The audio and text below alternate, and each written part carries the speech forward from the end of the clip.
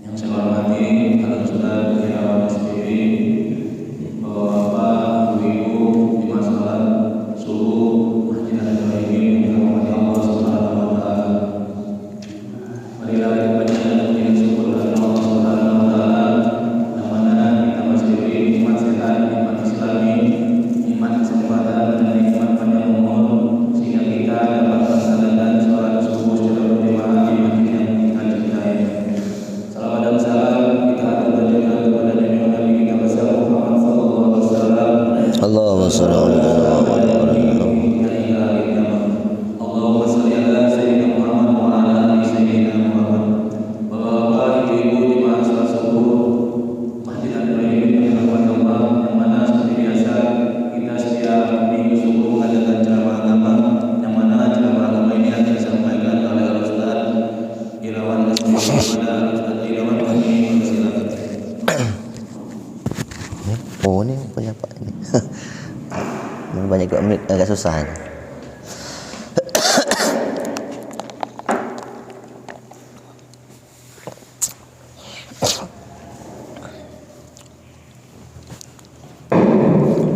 A'udzu billahi minasyaitonir rajim. Bismillahirrahmanirrahim. Assalamualaikum warahmatullahi wabarakatuh.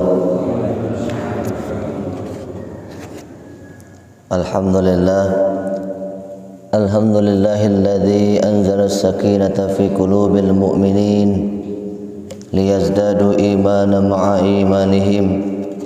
Walillahi junudus samawati wal ardi wa kana Allahu aliman hakima. Asyhadu an la ilaha illallah wahdahu la syarika lah wa asyhadu anna Muhammadan abduhu wa rasuluhu la nabiyya ba'dah. Allahumma salli wa sallim wa barik ala sayyidina Muhammadin sayyidil mursalin wa ala alihi wa ashabihi rasulillahi ajma'in. Amma ba'du. Bapak Ibu hadirin jamaah Masjid An-Niyatur Rahimin yang insyaallah dirahmati oleh Allah Subhanahu wa taala.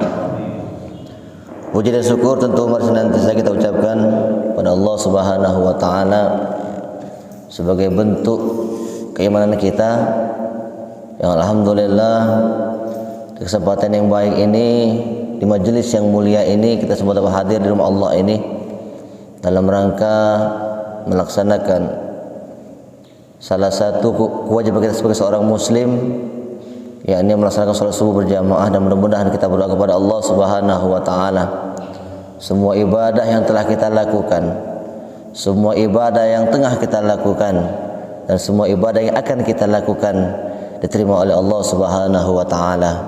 Amin ya rabbal alamin. Kemudian salawat dan salam semoga senantiasa tercurahkan keharibaan Nabi Allah Muhammad sallallahu alaihi wasallam beserta kerabat, sahabat dan umat-umat beliau yang senantiasa istiqamah menjalankan sunnah dan ajarannya. Dan kita berharap di yaumil qiyamah kelak syafaat beliau akan menaungi kita semuanya. Amin amin ya rabbal alamin. Bapak Ibu hadirin jamaah salat subuh yang insyaallah dirahmati oleh Allah Subhanahu wa taala. Sebelumnya mohon maaf suara saya agak sengau ya, soalnya agak pilek. Ya Pak ya, mohon maaf Pak ya.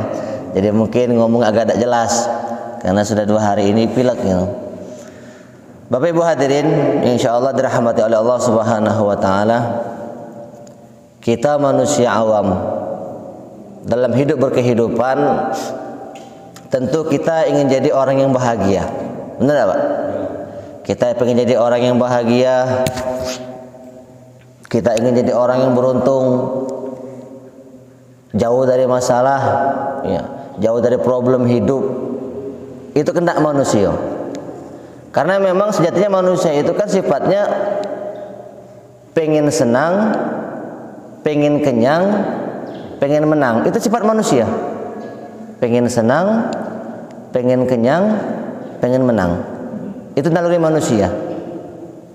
Nah, akan tetapi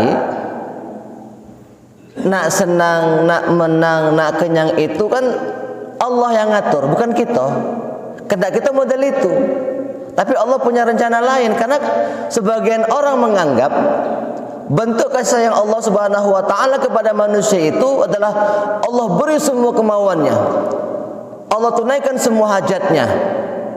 Sebagian orang menganggap itu adalah bentuk cinta Allah kepada dirinya. Padahal Allah punya cara yang berbeda-beda. Allah punya trik yang berbeda-beda untuk memuliakan manusia. Ada sebagian manusia yang Allah muliakan dia dengan jabatan. Ada manusia yang Allah muliakan dia dengan harta. Ada manusia yang Allah muliakan dia dengan ilmunya. Bahkan ada juga manusia yang Allah muliakan dengan kemelaratannya. Banyak begitu.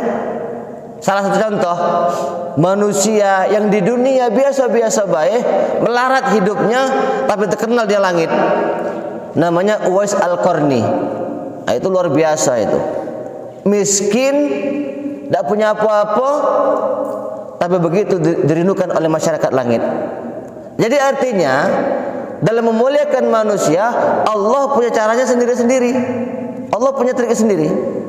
Jadi kita jangan berharap, jangan pernah berpikir orang yang kaya, tidak pernah punya masalah, sehat badan, jasmani, rohani, semata-mata Allah sayang dengan dia. Belum tentu. Karena ada manusia, Bapak Ibu sekalian, ada manusia kayanya tidak tertandingi, kekuasaannya luas, tentaranya banyak, hidup tidak pernah punya masalah. Semua orang takut dengan dia, sakit tidak pernah. Tapi dia menjadi manusia terlaknat. Fir'aun itu kan orang yang Allah anugerah kepadanya kekuasaan yang luas. Sakit tidak pernah, dia demam tidak pernah. Tapi Fir'aun itu. Tapi lihat di akhir kehidupannya, Allah jadikan dia manusia terlaknat. Maka jangan sampai kita semua ini menjadi orang yang istidraj, artinya terus dalam kemaksiatan, terus dalam kesia-siaan. Allah tidak pernah menegurnya. Bapak Ibu hadirin jamaah salat subuh yang insyaallah dirahmati oleh Allah Subhanahu wa taala. Nah, berbicara masalah kehidupan kita ini, manusia adalah makhluk sosial. Ya? Artinya kita ini bergantung dengan manusia yang lainnya. Kita tidak baca hidup dewek-dewek, tidak baca. Tetangga butuh tetangga yang lain, perempuan butuh laki-laki, laki-laki butuh perempuan. Itu sifat naluri manusia. Nah, dalam berkehidupan bermasyarakat, banyak hal yang akan kita temui. May ya'isu minkum fayasar ikhtilafan katsira. Semakin lama engkau hidup, semakin lama kita hidup, maka akan semakin banyak kita temui perselisihan dan perbedaan pendapat. Ya, dalam masyarakat saja kita akan bertemu banyak-banyak masalah itu. Nah, maka sebagai manusia, sebagai makhluk sosial di dunia ini ada tiga hal, Pak. Ada tiga hal, Bapak Ibu sekalian, yang tidak akan mungkin lepas dari diri kita. Artinya, tiga hal ini pasti akan mengiring kita sebagai manusia. Apa yang pertama? Yang pertama, Bapak sekalian, kita ini tidak akan pernah lepas dari keburukan mulut orang lain. Artinya gini ya, kita berbuat baik saja, ada orang yang tidak suka. Apalagi kita berbuat buruk. Nah, jadi artinya kita yang hidup sampai ini akan terus menjadi bahan omongan orang lain. Entahkah itu omongan yang baik, entahkah itu omongan yang buruk. Nah, masalah omongan yang baik tadi, alhamdulillah, artinya sesuai dengan apa yang kita lakukan dengan kebaikan kita. Nah, menjadi masalah besar jika seandainya omongan itu menjurus kepada omongan-omongan yang buruk. Nauzubillah, apalagi sampai ke arah fitnah. Nah, ini biasanya bagi kalian timbulnya omongan-omongan yang buruk, timbulnya fitnah-fitnah itu kan diawali oleh suudzon, oleh buruk sangka. Nah, maka dalam surat Al-Hujurat ayat 12 dikatakan wala tajassasu wala yaghtab ba'dukum ba'dha. Dalam hidup kehidupan itu jangan suka mencari kesalahan-kesalahan orang lain. Dan jangan menggibah antara satu dengan yang lainnya. Jadi kita ini harus sebagai manusia yang sangat resiko, harus siap menjadi bahan pergunjingan orang lain. Si anu, si fulan, cak ini, cak itu, begini, begitu, itu wajar itu. Dan cak mana pun kita menghindarinya, tidak pacak Pak. Karena itu akan terus mengiringi kita. Nah, jadi artinya bagaimana? Ya jika seandainya ada orang lain menggibah kita, membuka aib kita, selain marah, bersyukurlah. Karena di saat orang lain membuka aib kita, di saat itulah Allah Subhanahu wa taala sedang memuliakan manusia. Karena begini, Nabi mengajarkan bagi orang yang menggibah, ini orang yang menggibah ya, orang yang menggibah, kebaikan dan pahalanya akan Allah berikan, akan Allah timpakan kepada orang yang dia gibah. Begitu sebaliknya, dosa orang yang digibah, keburukan orang yang digibah tadi akan Allah kembalikan kepada orang yang menggibah. Jadi jangan pernah kecil hati Pak. Ya. Apalagi kan biasanya ketua masjid, kepala desa, Pak Camat, presiden sekali itu tidak pernah lepas dari omongan manusia. Ada obat cacatnya. Nah, jadi bagaimana sikap kita? Ya sabar itulah. Bersabar, karena kita dapat dua bonus. Satu, deposit pahala bertambah secara otomatis, Pak. Benar itu. Yang kedua, secara tidak langsung dosa kita berkurang. Karena itu konsepnya begitu. Jadi kalau kita digibah orang lain, ya bersyukurlah. Nah, artinya kita yang sayang dengan amal-amal kita ini, kita jaga lisan kita. Asratul lisan khair min asratul qadam khairu min asratul lisan. Tergelincirnya lidah itu lebih buruk daripada tergelincirnya kaki. Bapak Ibu hadirin jamaah salat subuh insyaallah dirahmati oleh Allah Subhanahu wa taala. Lalu yang kedua, cak manapun kita menghindarinya, dia pasti datang, dia pasti mengiringi kita. Apa yang kedua? Kita tidak akan pernah lepas dari namanya ujian. Karena memang ketika kita hadir di muka bumi ini, Allah tahu kita siap untuk diuji. Kita manusia tangguh. Nah, walaupun Allah tahu kita ini bakal siap untuk diuji, Allah juga tahu.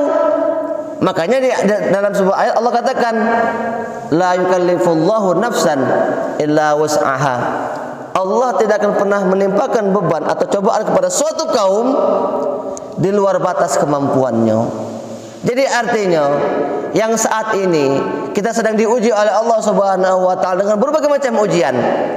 Entahkah sedih, entahkah kegagalan, entahkah masalah keluarga, entahkah masalah dalam masyarakat, entahkah kehilangan harta benda, orang-orang tersayang. Artinya ketika Allah timpakan itu kepada manusia, Allah tahu ternyata dia sanggup untuk menanggungnya. Jangan pernah berkeluh kesah, ya Allah alangkah beratnya ujian aku tidak sanggup lagi. Semakin besar ujian Allah berikan kepada manusia, maka semakin besar, semakin tinggi nilai manusia di mata Allah Subhanahu wa taala. Semakin berat ujiannya, ya, semakin mulia dia di mata Allah Subhanahu wa taala. Nah, bentuk-bentuk ujian itu berbeda-beda. Ya sampai di awal tadi, ya. Ada yang diuji dengan hal-hal yang mengembirakan. Anak itu ujian. Harta itu ujian, termasuk ilmu. Ilmu itu ujian. Karena orang yang sudah punya ilmu, setelah ilmu dia dapat, dia punya kewajiban untuk menyampaikan ilmu itu. Setelah belajar banyak ilmu pengetahuan yang dia peroleh, dia punya kewajiban untuk menyampaikan ilmunya. Karena itu sebuah keharusan. Bapak Ibu hadirin, lalu yang ketiga, nah ini yang pasti mutlak kita rasakan. Sekuat apapun kita menghindar, sekeras apa kita berusaha untuk menjauhinya, dia pasti datang. Apa yang ketiga? Kita tidak akan pernah lepas dari jerat maut. Kullun nafsin dha'iqatul maut. Setiap yang bernyawa, entahkah manusia, hewan, tumbuh-tumbuhan, pasti akan mati. Dan manusia tidak akan pernah bisa lari dari jerat maut. Nak bersembunyi di mana baik? Nak obat apa yang kita makan? Nak suntik apa sebab untuk kekebalan?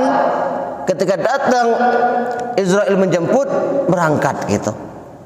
Nah, mati ini banyak orang yang salah kaprah. Banyak orang yang takut mati. Enggak? Kau galak mati? Enggak, aku takut aku mati. Ngapo? Dosaku masih banyak. Nah, sadar dia. Sadar takut mati lantaran dosa masih banyak, tapi lupa mempersiapkan mati. Mati itu bukan untuk ditakuti, mati itu dipersiapkan. Orang kan kadang-kala saking takutnya dia nak mati, lupa dia untuk mempersiapkan diri. Berbuat hal yang sia-sia, ya, menyia-nyiakan kesempatan. Nah, ini ciri-ciri orang yang tidak pernah mempersiapkan untuk mati. Tapi dia tanya, kau sadar kok kau bakal mati? Dia sadar, dia tahu. Iya, dia bakal mati. Lalu apa persiapannya? Man arafa bu'da safari fa ista'addah. Barang siapa yang tahu jauh perjalanannya, maka hendaknya dia bersiap-siap. Nah, kita ini Bapak Ibu sekalian, kalau hari ini kita berangkat naik haji kan jauh itu. Tentu banyak persediaan bekal yang kita siapkan. Nah, di akhirat ada perjalanan abadi, perjalanan yang tidak berujung. Artinya di sana kita akan hidup kekal selama-lamanya. Butuh bekal yang banyak pula. Nah, jangan sampai kehidupan yang sementara ini, kehidupan yang singkat ini justru membuat kita susah. Justru membuat kita susah di akhirat. Jangan sampai kehidupan yang singkat ini menjadi sia-sia. Karena seandainya ada seorang manusia terus berbuat sia-sia dalam kehidupannya, percayalah Allah telah berpaling dari dirinya. Ciri-ciri Allah telah berpaling dari manusia, Allah biarkan manusia dalam perbuatan yang sia-sia. Hidupnya dihabiskan dengan kesia-siaan. Ibadah tidak pernah, sholat apalagi, dengan masyarakat boleh baik, ya. Karena sifat manusia ini kadangkala hablum minannasnya baik, hablum minallahnya buruk. Kalau gotong royong tidak pernah ketinggalan. Ada yang begitu. Setiap ada tempat acara kegiatan masyarakat tidak pernah ketinggalan. Ada kita ini terus ikut, tapi tidak pernah sholat. Ya, tapi tidak pernah sholat. Yang penting jadi orang baik, kan begitu. Tolak ukur baik itu bukan di mata manusia. Baik buruk manusia itu tolak ukurnya adalah di mata Allah Subhanahu wa Ta'ala. Nah, jadi artinya baik dengan manusia saja, tidak baik dengan Allah itu tidak cukup. Apalagi, ya, ada juga baik dengan Allah saja, tidak baik dengan manusia. Ada juga yang model itu, sibuk di masjid sehingga lupa bermasyarakat. Ditegur orang, diam, tidak mau terjun di masyarakat, tidak mau hadir dalam majelis masyarakat. Ini juga salah. Jadi artinya untuk sampai kepada kebahagiaan yang hakiki, sukanya Allah, perbaiki hubungan kita dengan manusia, dengan masyarakat, dengan tetangga. Perbaiki pula hubungan kita dengan Allah Subhanahu wa Ta'ala. Jangan cuma baik dengan manusia baik. Ada kegiatan apa baik pasti ikut. Karena begini Pak, saya punya pengalaman. Ini pengalaman pribadi saya. Ada teman itu dalam sebuah desa itu kan, kalau dulu Pak ya, di Muratara itu kan identik dengan pesta malam. Baik ya. Kini alhamdulillah karena umarok kita ini kiai, ya, alhamdulillah aman Muratara itu. Kati lagi pesta malam. Nah, jadi dalam sebuah pesta malam itu begini Pak. Kan ada malam sumbangsi. Mungkin Pak Ali tahu nih. Namanya malam lelang. Nah, itu bisa kumpulan itu, kumpulan masyarakat, patungan. Kamu nolong apa? Kamu nolong apa? Kamu nolong apa? Nah, ada tujuh tangan, sudah. Organ biar aku. Wah, organ biar aku. Kamu, aku punya biduannya. Ada Pak, biduan biar aku begitu. Nah, kau apa? Sudah, aku beli malaganyo. Sekerat, 2 kerat, 3 kerat begitu. Nah, satu orang itu teman saya, namanya John Simamura. Orang lupis, tapi namanya John Simamura. Nah, dia ditunjuk, John, kau nak nyumbang apa? Apa kata dia? Demlah, aku nak nyumbang daging babi baik. Loh, terkejut Pak. Apa gawe kau nyumbang daging babi? Daging babi kan haram, kita tidak makan. Ditanya pula, aku nak nanya dengan kamu. Kamu berjoget dengan B2 setengah telanjang hukumnya apa? Haram? Kamu tenggak miras Malaga hukumnya apa? Haram. Apa bedanya dengan daging babi? Benar tak Pak? Benar tak Pak? Nah, aku pikir ini daripada aku ngabis duit, baik aku berburu di hutan dan babi 2 ekor, aku serah dengan kamu. Wah, tidak boleh model itu. Haram babi itu. Tapi tanya pula, kadang-kadang haram kita ini pilih-pilih Pak. Haram kalau kita udah galak, oh haram itu. Haram tapi kita galak, nah boleh. Nah, kan ini masyarakat, ada tolong menolongnya, ya boleh. Tolong menolong itu juga ada aturannya, juga ada rambu-rambunya. Wa ta'awanu 'alal birri wat taqwa. Tolong menolong dalam kebaikan dan ketakwaan. Kan itu konsepnya, kan itu kuncinya. Kalau tolong menolong dalam hal-hal yang buruk, nah jangan. Wala ta'awanu 'alal itsmi wal 'udwan. Janganlah engkau bertolong menolong untuk hal-hal yang berbau dosa atau berbuat dosa dan permusuhan. Nah, gotong royong di masyarakat wajib, tapi ada rambu-rambunya. Jika melanggar nilai-nilai syariat, maka wajib ditolak. Maka Abu Sukurnian di Muratara itu berhenti pesta malam. Ya, mudah-mudahan termasuk di Lingga Pak ya. Di Lingga memang lalamunnya ndak katik. Ya, jadi mudah-mudahan para pemimpin kita ini istiqomah Pak. Karena kita terus berusaha bagaimana Islam kembali jaya. Ya. Bisa kita bayangkan jika seandainya pesta malam terus berlanjut, generasi kita mulai dari SD, SMP, hobi nonton itu, apa jadinya mereka ini? Nah, maka kita doakan mudah-mudahan para pemimpin kita yang istiqomah menolak, membatasi atau bahkan menghilangkan sama sekali semua bentuk kemaksiatan oleh Allah Subhanahu wa taala, diberi kekuatan iman Islam, dan mudah-mudahan mereka menjadi orang-orang yang terbaik di mata Allah Subhanahu wa taala. Amin ya rabbal alamin. Begitu pula kita yang hari ini punya anak, punya istri, diberi kekuatan iman dan Islam untuk mendidiknya ke arah yang lebih baik, memberinya nafkah yang halal, memberinya pendidikan yang layak, sehingga kita semua, keluarga kita akan menjadi keluarga yang sakinah, mawaddah, warahmah. Bapak Ibu hadirin jamaah salat subuh insyaallah dirahmati oleh Allah Subhanahu wa taala. Tepat ya. Jadi kalau 3 hal ini terjadi dalam hidup kita, hal itu wajar. Kita jadi omongan orang wajar karena kita manusia hidup. Kita diuji oleh Allah Subhanahu wa taala wajar karena memang di dunia itu tempat untuk diuji.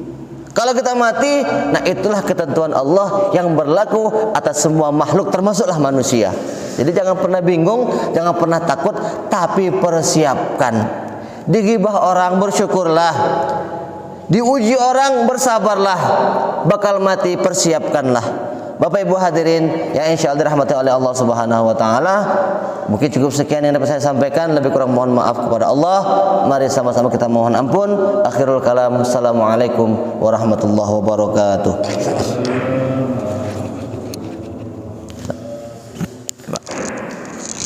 Pak Haji. Kita Pak, ya, Pak Haji. Waalaikumsalam warahmatullahi wabarakatuh. Amin ya Allah, amin amin. Iya Pak. Iya Pak.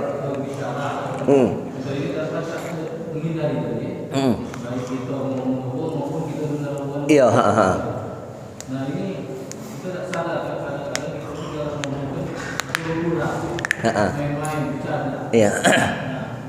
Karena perbuatan yang kadang-kadang kita tidak sadar itu biasa. Iya, namanya.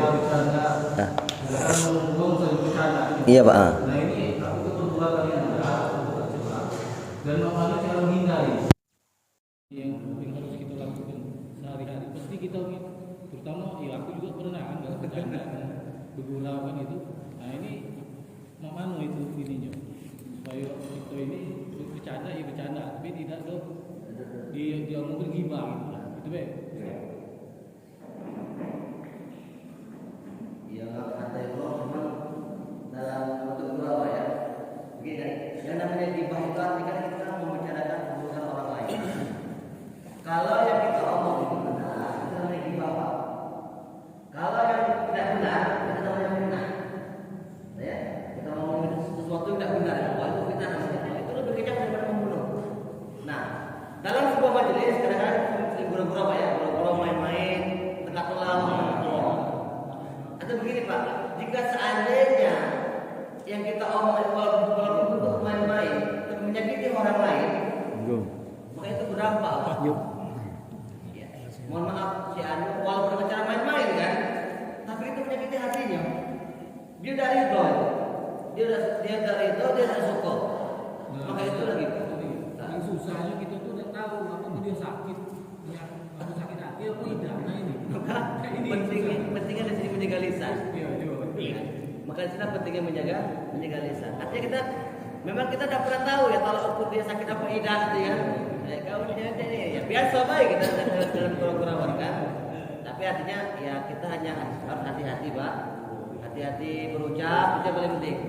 Kita berucap harus punya batasan. Jangan sampai ya menyinggung ya walaupun kita tidak menyinggung tapi jangan sampai menyentil kepribadiannya. Apalagi menyentil masa lalunya yang buruk itu jangan ya Pak. Kita berusaha saja ya, jangan sampai yang kita omong ini walaupun sifatnya main-main ya, itu ya walaupun dia tidak marah sebenarnya cuma kita saja yang mau diri karena yang punya itu kita ya dia tidak marah itu ya, cuma artinya jangan sampai terucap ya kalau seandainya dia marah maka itu berdampak ya kalaupun tidak marah itu kan bagi kita itu jadi omongan yang buruk Pak. Setidaknya kita menjadi buruk bagi lisan kita sendiri. Nah makanya tadi solusi utamanya Pak ya tadi jaga lisan. Karena memang sifatnya lisan sifatnya gibah itu Pak seperti makan buah duku. Makan sikok tekinya lemak, nak lagi makin lama makin lemah. Itu sebagai gibah. Nggak tahu betul itu? Benar Pak? Makan sikok lemak ya lemak dia ada nih. Makan lagi lemak terus. Nah jadi kalau untuk menghindarinya karena Islam ini Pak al-wiqayatu khairun minal ilaj. Mencegah itu jauh lebih baik daripada mengobati. Kita tidak pernah tahu yang kita omongin yang kita tidak paling tidak jangan diomong. Jangan diomong. Nah, karena mungkin banyak omongan yang lain ya. Itu mungkin solusinya Pak. Minum. Ya. Standar.